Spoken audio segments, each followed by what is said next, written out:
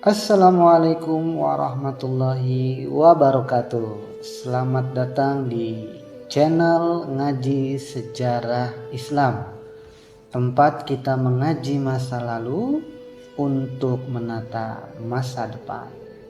Di channel ini kita akan belajar Islam secara runtut, mudah dipahami dan penuh hikmah. Pada video pertama ini kita akan membahas awal mula sejarah Islam, dimulai dari kondisi masyarakat Arab sebelum datangnya Islam yang dikenal sebagai zaman jahiliyah.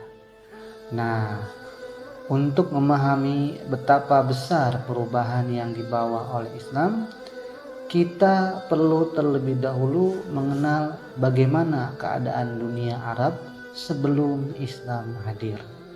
Pertama-tama, kita bahas dulu mengenai zaman pada saat itu yang disebut sebagai zaman jahiliyah.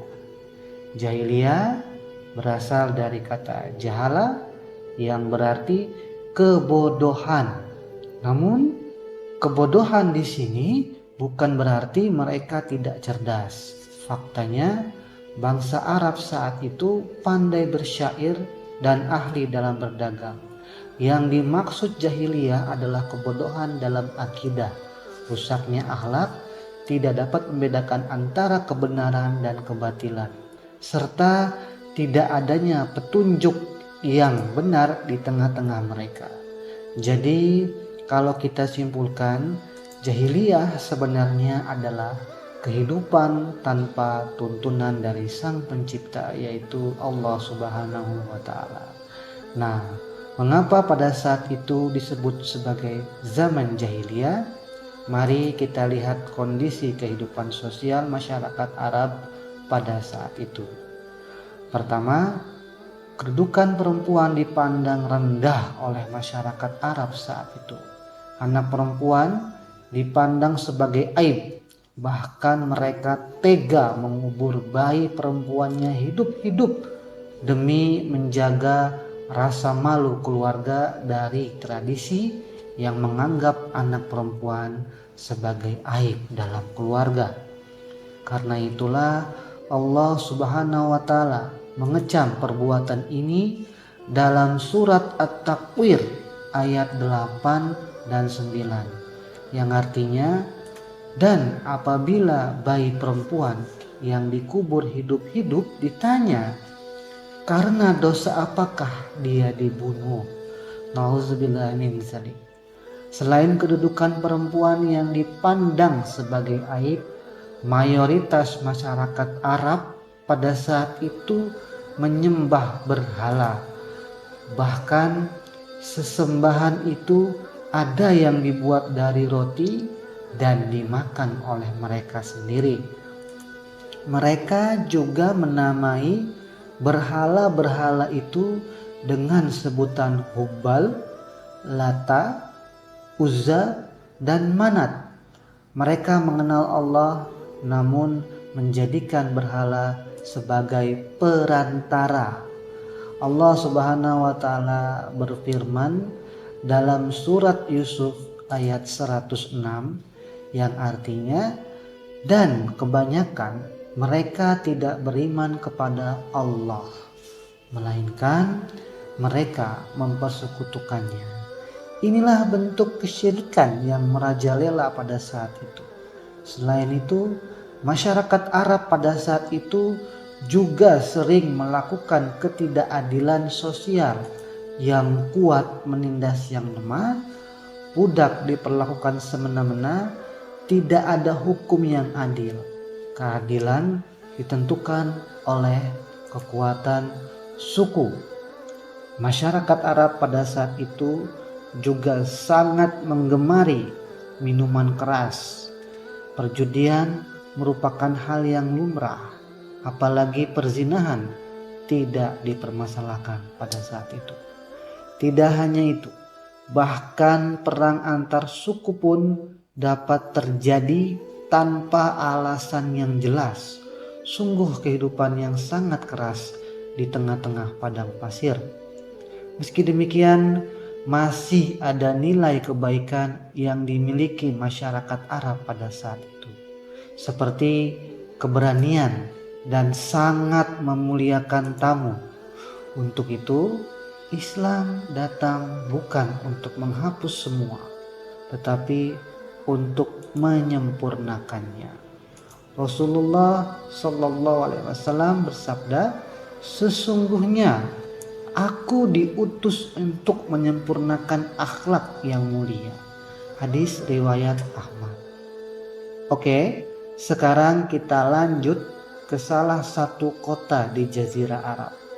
Kota kelahiran Nabi Muhammad SAW sekaligus menjadi titik awal berkembangnya dakwah Islam yang diemban oleh Nabi Muhammad SAW.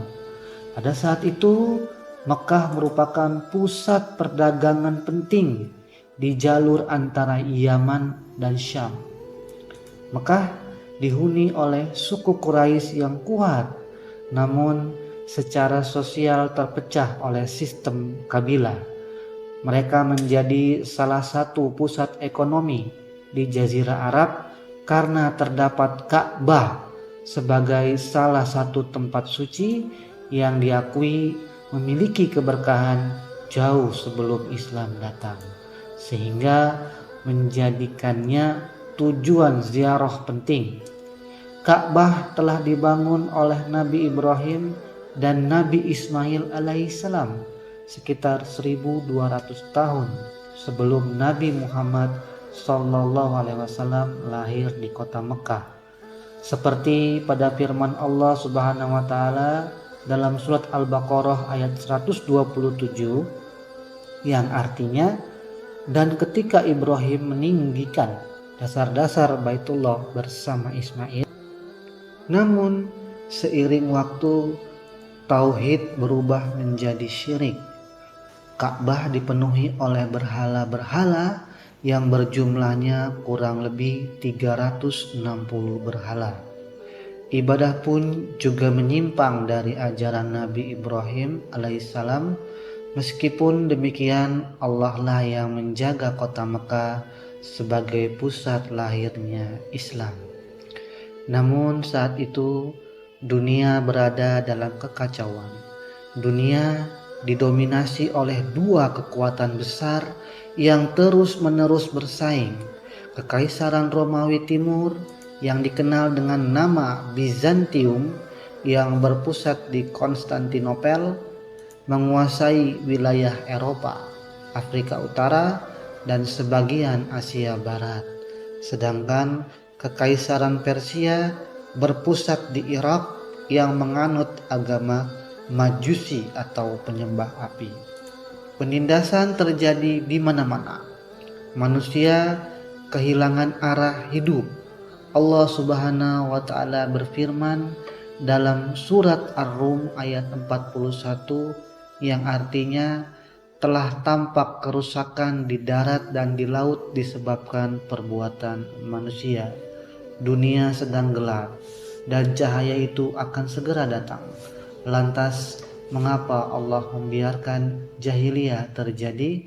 Tentu saja agar manusia menyadari pentingnya wahyu.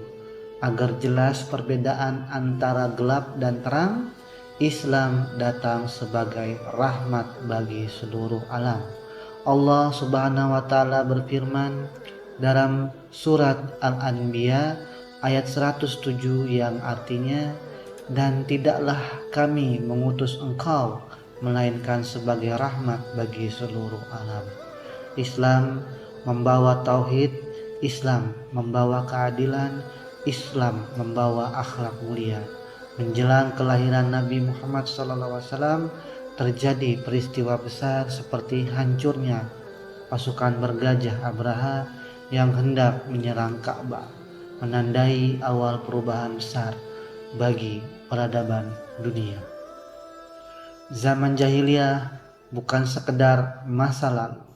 Ia adalah pelajaran tentang hidup tanpa petunjuk Allah. Dari kegelapan itulah Islam hadir sebagai cahaya perubahan.